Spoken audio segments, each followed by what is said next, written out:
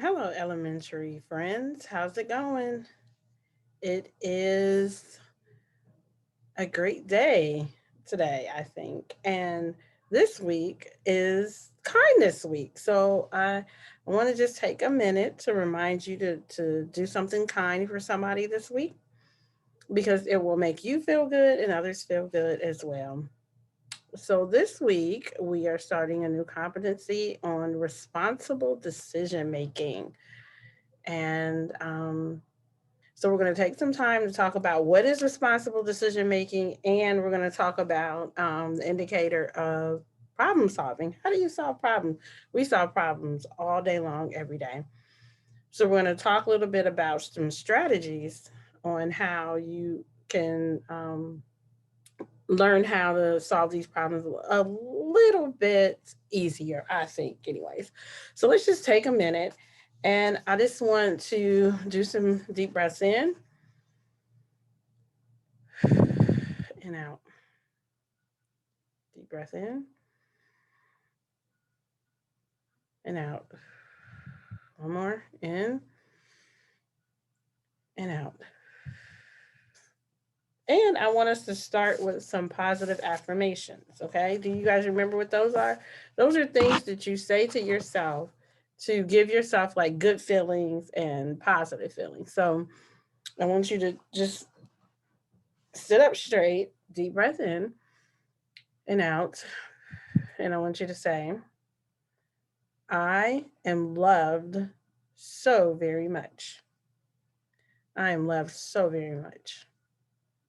Then I want you to say, I will have a good day. I will have a good day. I can learn from others.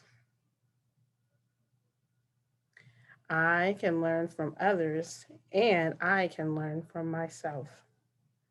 I will be kind to others and to myself. I will be kind to others and to myself.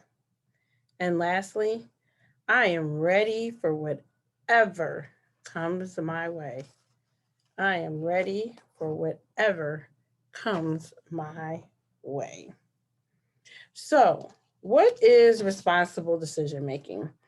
Responsible decision making is the ability to make constructive, meaning solid and respectful choices about personal behavior and social interactions based on those ethical, moral values, standards, which involve safety concerns, social norms, and also being able to evaluate when I'm doing something that's not so good or right or wrong.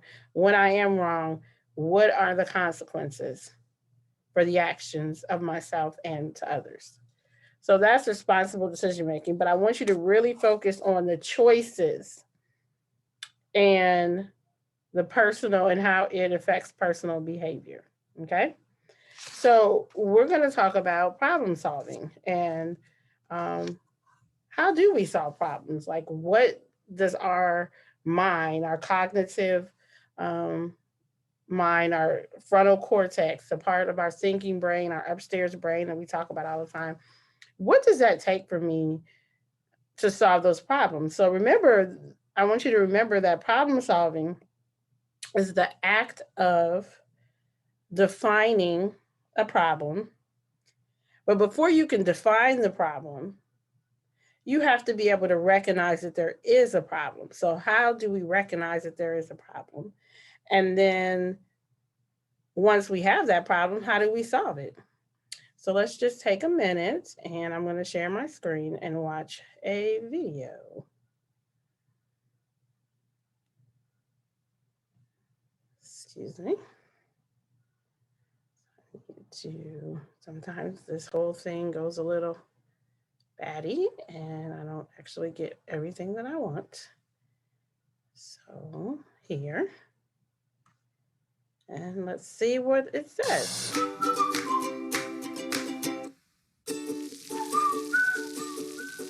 Gotta get to school. I never should have stopped and picked all those blueberries. Whoa! Hunter, what's going on? Look at that flooded creek. I'm done for. This is a big problem. I give up. Wait a minute. Let's talk this through and make sure we understand the problem. Maybe we can come up with a solution. Well, the problem is that because of all the rain, I can't safely cross the flooded creek and get to school. Okay, now that we understand the problem, let's see if we can come up with some solutions for getting to school safely. Let me think. How could I solve this problem and find a way to get to school safely? I've got it! Would you fly me over the creek, Eve? Hunter, I'd love to, but owls can't fly very well in the rain. I'll have to stay under this tree until it stops. Oh, well, I'm stuck. No use trying. Problems can be tricky, but you're smart. I know that together we can find a way across that creek. Okay, let me think some more.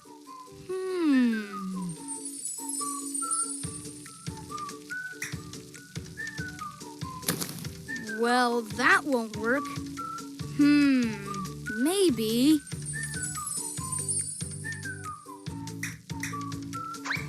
Whoa! What if I fall in? My mom said never to swim in rushing water.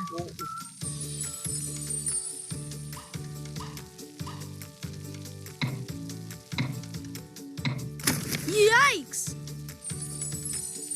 I don't know what to do, Eve. I give up. Hunter, don't give up. Keep trying. Well, there is a brand new bridge up the creek. It's a longer walk to school than usual, but the beavers built it high and sturdy, so I'm sure it's safe and not flooded. Great job, Hunter. I think you've come up with a good and safe solution. Thanks, Eve. You're right. I'll head that way. Great! Since I can't fly very well in this rain, I'll walk with you. Boy, what a bridge! This is a safe way to cross the flooded creek. Yep, and to think I was ready to give up finding a way to get to school safely.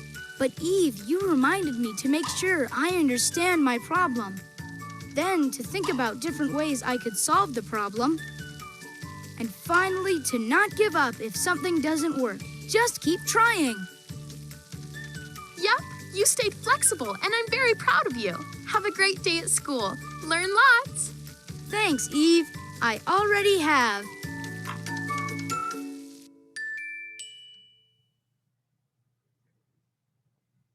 So in this video, there was the problem of how was he going to get to school safely with the water being there and there being a bridge. So they kind of came up with 3 things that helped him figure out what was going to be the best and safest way to get over this pond of water and to get to school safely. So one was to understand the problem. What was the problem? What is the problem that I have here? Well, the problem was figuring out how to safely get to school and how not to fall in the water or how to cross over the water. Number 2 was, what are solutions? What can I do to fix this? How can I think about other ways to get over or to fix the problem, right? And 3, keep trying. Even though the first thing that you may think of may not work, keep trying, keep thinking of other options, solutions, trying different things, because something is bound to work eventually. Okay? So remember, what is the problem? Understand that problem. 2, think of solutions. Brainstorm. Think of as many things as you can think of that may be helpful. And then keep trying. And if it doesn't work, then that's okay, because something, once you keep trying, will work. Okay? So what I want my K through 2 to remember, and it's even an easier way to remember, is like you have a stoplight. So you have this here circle, and you make stop here. Yellow is think, and green is go. So the red in the stop sign, like a stoplight, is stop and think, what is the problem? Right? And then yellow is think, how can I fix the problem? Or how can I solve the problem? And then the green is go fix that problem or solve that solution. So I want you guys to get a piece of paper out and I want you to make this stop, think, and go so that you have it to remember when you need to solve a problem, what's the best way to do it? Stop, think, and go. Okay.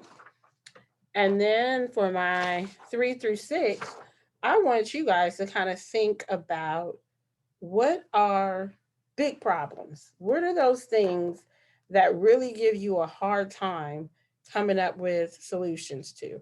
Those big problems will go in the big circle, right? And then little problems go in the little circle because those are things that you can figure out really quickly. You don't really need much help, like tying your shoe um, or like, do I want to drink juice or do I want water? Those are little problems. Big problems are those things where I'm really having struggling with my homework.